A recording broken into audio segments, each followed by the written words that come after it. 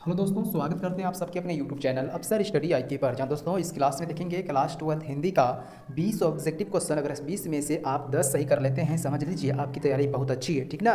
तो 20 में से आप कितना सही कर पाते हैं कमेंट में जरूर बताइएगा और वीडियो शुरू से लेकर अंत तक जरूर देखिएगा। ये वीडियो का पार्ट 1 होगा मेरे भाई, ठीक ना, जिसमें 20 ऑब्जेक्टिव क्वेश्चन को देखेंगे और 20 से लेकर 40 अगली क्लास में देखेंगे। तो आप लोग 20 में से कितना सही कर पाते हैं हमें कॉमेंट में जरूर बताइएगा। इससे आपको पता चलेगा आपकी तैयारी कैसी है और आप कितने पानी में है और आपको कितना पढ़ना है, ठीक है। चलिए शुरू करते हैं, देखते हैं पहला प्रश्न से, ठीक है।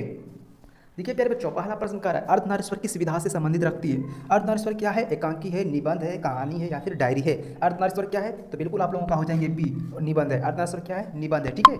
अगला प्रश्न,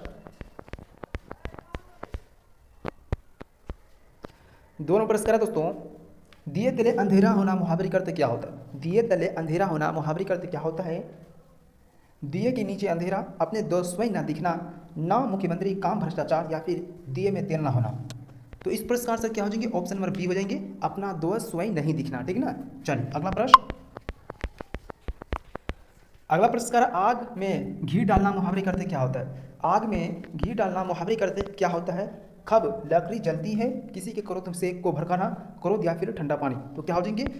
आग में घी डालना, किसी के क्रोध को भड़काना, ठीक है। चलिए अगला प्रश्न। संधि के क्या होता है? संधि क्या होता है? विग्रह होता है, विच्छेद होता है, विलोम होता है या फिर कोई नहीं। संधि क्या होता है मेरे भाई? तो क्या होता है? तो विच्छेद होता है। ऑप्शन नंबर क्या हो जाएंगे? बी बिल्कुल आप लोग का राइट आंसर हो जाएंगे। अगला प्रश्न। वर्ण के कितने भेद होते हैं? वर्ण के कितने भेद होते हैं? 2 भेद, 3 भेद, 4 भेद या फिर 10 भेद। तो वर्ण के भैया कितने भेद होते हैं? तो कहिएगा वर्ण के 2 भेद होते हैं। ऑप्शन नंबर क्या हो जाएंगे? ए बिल्कुल आप लोग का राइट आंसर हो जाएंगे, ठीक है। अगला प्रश्न। संस्कृत का विशेषण होगा। संस्कृत का विशेषण क्या हो जाएगा? ऑप्शन में क्या राइट आंसर है? तो हो जाएंगे सांस्कृतिक। सांस्कृतिक ऑप्शन यहाँ पर कहाँ पे दिया है? तो ऑप्शन यहाँ पर बी में दिया है, ठीक ना। तो बी बिल्कुल आप लोग का राइट आंसर हो जाएगा। अगला प्रश्न। नाभादास किस धारा के कवि थे? नाभादास किस धारा के कवि थे? तो नाभादास से सोगनोपासक राम भगधारा, सोगनोपासक राम भगधारा के कवि थे। ऑप्शन ए बिल्कुल आप लोग का राइट आंसर हो जाएंगे, ठीक है। अगला प्रश्न। वीडियो को लाइक नहीं किए तो लाइक कर दीजिए, चैनल पर नए चैनल को सब्सक्राइब कर दीजिए इसी तरह के क्वेश्चन पाने के लिए, ठीक है मेरे भाई। चलिए अगला प्रश्न कह रहा है संपादक का विशेषण क्या होगा? संपादक का विशेषण क्या होगा? तो संपादकीय हो जाएंगे। क्या हो जाएंगे? संपादकीय। ऑप्शन यहाँ पर बी बिल्कुल आप लोग का राइट आंसर हो जाएंगे। अगला प्रश्न।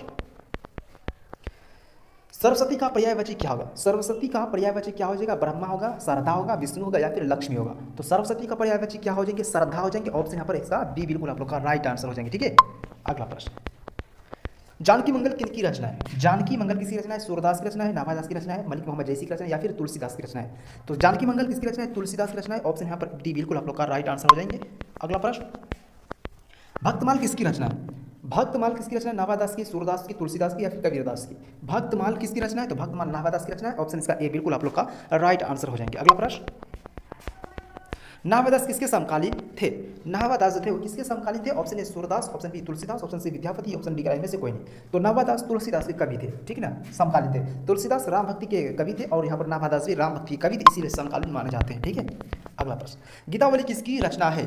गीतावली प्यारे बच्चों किसकी रचना है? सूरदास की, नाभादास की, मलिक मोहम्मद जैसी की या फिर तुलसीदास की। तो गीतावली रचना है तुलसीदास की। ऑप्शन डी उसका सही आंसर हो जाएगा, ठीक है। अगला प्रश्न। भूषण किस काल के कवि हैं? भूषण किस काल के कवि हैं? आदिकाल, भक्ति काल, आधुनिक काल, रीतिकाल। भूषण जो है ना वो रीतिकाल के कवि हैं। ऑप्शन डी बिल्कुल आप लोग का राइट आंसर हो जाएंगे। अगला प्रश्न। शिवाजी की तुलना भूषण ने किसके साथ की है? शिवाजी की तुलना भूषण ने किसके साथ की है? इंद्र के साथ, श्री राम के साथ, परशुराम के साथ या फिर सभी। तो बिल्कुल आपका सही आंसर ऑप्शन डी हो जाएंगे, ठीक है। अगला प्रश्न। आरंभ से अंत तक के लिए एक शब्द क्या होगा? आरंभ से अंत तक के लिए एक शब्द क्या होगा? आरंभिक हो जाएंगे, अधोपंथ हो जाएंगे, अधपंथ या फिर संपूर्ण। तो आरंभ से अंत के लिए एक शब्द क्या हो जाएंगे? संपूर्ण हो जाएंगे। ऑप्शन यहाँ पर डी बिल्कुल आप लोग का राइट आंसर हो जाएंगे। अगला प्रश्न। जैव का लिंग निर्णय करें। जैव कौन सा लिंग है? पुल्लिंग है, स्त्रीलिंग है, उभयलिंग या फिर इनमें से कोई नहीं, बताइएगा। तो जैव क्या है? तो पुल्लिंग हो जाएंगे। ऑप्शन इसका ए बिल्कुल आप लोग का राइट आंसर है, ठीक है। अगला प्रश्न। गागर में सागर भरना का अर्थ क्या होता है? गागर में सागर भरना का अर्थ क्या होता है? अधिक में थोड़ा कहना, थोड़े शब्द में बहुत कुछ कहना, गागर में से मटका भरना या फिर साधनों का सदुपयोग करना। तो इसका आंसर क्या हो जाएंगे? कहिएगा थोड़े शब्दों में बहुत कुछ कहना। ऑप्शन यहाँ पर इसका डी बिल्कुल आप लोग का राइट आंसर है। अगला प्रश्न। घी के दीपक जलाना मुहावरे करते क्या होता है? घी के दीपक जलाना मुहावरे करते क्या होता है? दिवाली मनाना, विकास होना, सुखियां मनाना या फिर उत्साह प्रिय होना। तो क्या जी? घी के दिए जलाना यानी कि खुशियां मनाना यानी कि क्या हो जाएंगे? ऑप्शन यहाँ पर आपका सी बिल्कुल आप लोग का राइट आंसर हो जाएंगे। अगला प्रश्न। लास्ट और अंतिम प्रश्न है, ठीक ना।